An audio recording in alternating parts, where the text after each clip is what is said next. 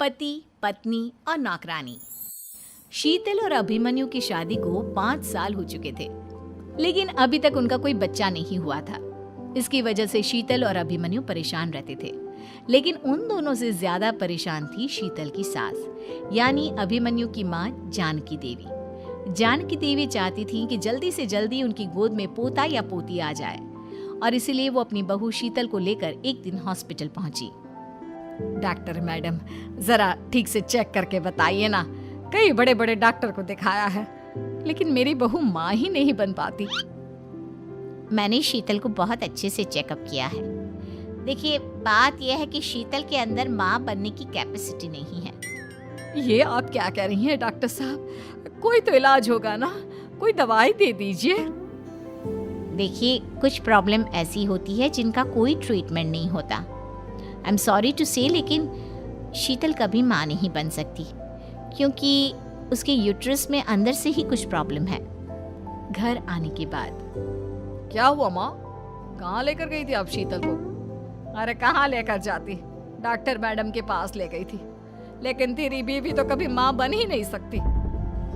Mummy जी, इसमें मेरी क्या गलती? अगर अंदर से कोई प्रॉब्लम है तो उसमें मैं भी कुछ नहीं कर सकती।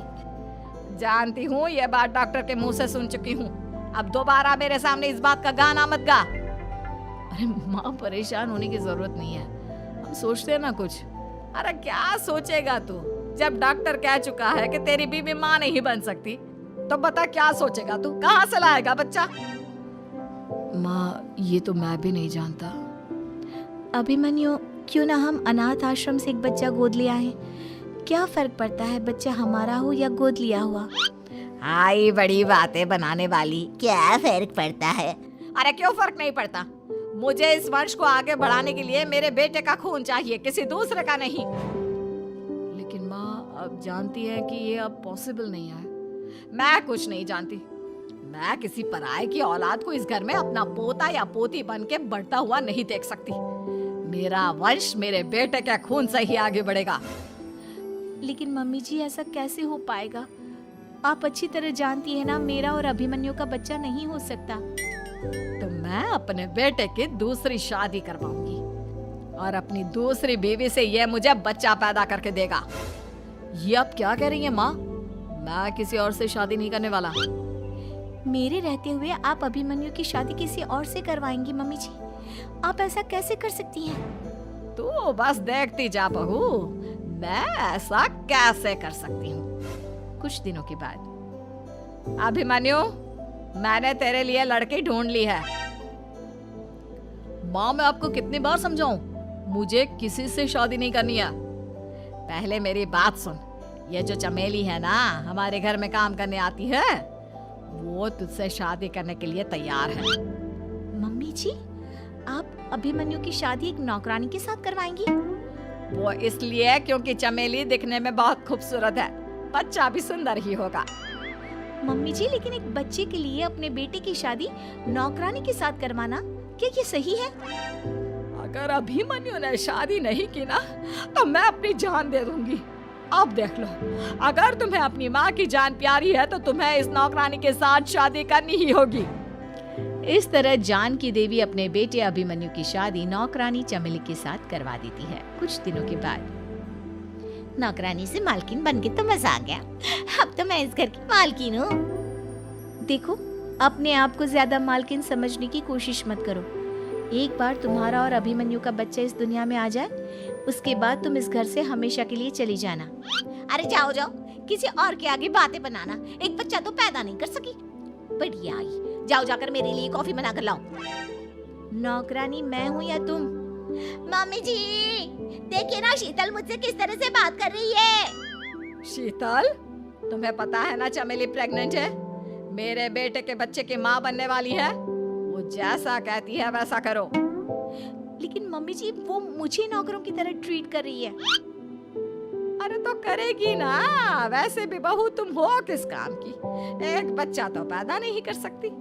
जाओ अब घर के सारे काम करो और चमेली को आराम करने दो। थैंक यू मम्मी जी, भगवान आपका भला करे। आप नहीं होती तो मैं नौकरानी से महारानी कैसे बनती। देखो, तुम्हें जो चाहिए सब मिलेगा। खूब खाओ पियो, मजे की जिंदगी जियो, लेकिन बस मुझे एक बच्चा पैदा करके दे दो। कुछ दिनों के बाद, मम्मी, बच्चे के लिए आपने मेरी शादी चमेली के साथ करवा तो दी, लेकिन दिन और रात का चैन मिट गया है। सारा दिन शीतल और चमेली की बहस चलती रहती है। अब शीतल को इस घर में रखने से क्या होगा? मैं तो कहती हूँ उसे घर से निकाल दो, है भी किस काम की।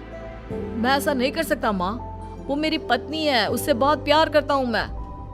तुम्हारी पत्नी चमेली है, चमेली, उससे प्यार करो। अरे तुम्हारे बच्चे को जन्म देने वाली है वो। अभिमन्यु, मैं खुद ही इस घर से चली जाती हूँ। वैसे भी अपने ही घर में नौकरों की तरह रहकर परेशान हो चुकी हूँ। घर की नौकरानी मेरे ऊपर हुक्म चलाती है, वो तुम्हारी पत्नी बन चुकी है। अब मेरा इस घर में क्या काम? अभिमन्यु के बार बार रोकने पर भी शीतल उस घर से चली जाती है। कुछ दिनों के बाद चमेली एक बच्चे को जन्म देती है। भगवान ने मेरी सुन ली, मेरे बेटे का घर भर गया, उसका अपना बच्चा इस दुनिया में आ गया। मम्मी जी, बच्चे को हाथ लगाने से पहले मेरी एक शर्त तो सुन लो। तुम कहना क्या चाहती हो चमेली? आपकी मम्मी को बहुत शौक था ना अपने पोते को खिलाने का। अब देखो, इस दुनिया में हर चीज की कोई ना कोई कीमत तो होती है। तुम अपनी आधी प्रॉपर्टी मेरे नाम कर दो, बच्चा तुम्हारे नाम। अरे लेकिन मैंने अपने बेटे से तुम्हारी शादी करवाई है, अब ये सौदेबाजी कहाँ से आ गई? जो औरत अपनी बहू को घर से निकाल कर एक नौकरानी के साथ अपने बेटे की शादी करवा दे, वो तो सौदेबाजी कर ही सकती है ना। उसका कैसे भरोसा कर सकते हैं? मुझे बस आप लोगों की प्रॉपर्टी चाहिए, उसके बाद ही बच्चे को आप हाथ लगा सकते हैं।